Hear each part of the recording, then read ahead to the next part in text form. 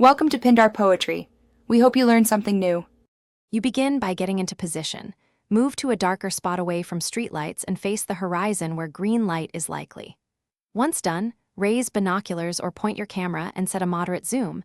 This gives you more detail without losing the field of view. Make sure to check the sky for clouds and note the time and direction. As you scan slowly, sweep left to right in steady arcs. You want to detect a subtle green hue rather than a flashing reflection.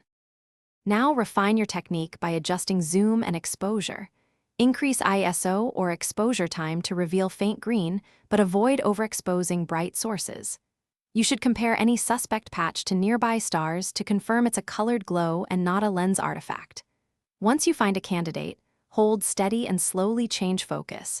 True atmospheric green shifts and blurs differently than camera flare. If you can, record video so you can finish by confirming the green. Watch for 10-30 seconds to see if the color remains consistent and follows atmospheric behavior rather than staying fixed like a reflection. You can make sure by having another person view from a different spot or using a second camera. True sky phenomena show parallax when you move 50-100 m. If nothing appears, change your angle or reduce exposure to eliminate sensor artifacts. Troubleshooting tip. If the color disappears with a slight headset or lens tilt, it's likely internal reflection. Reposition and retry.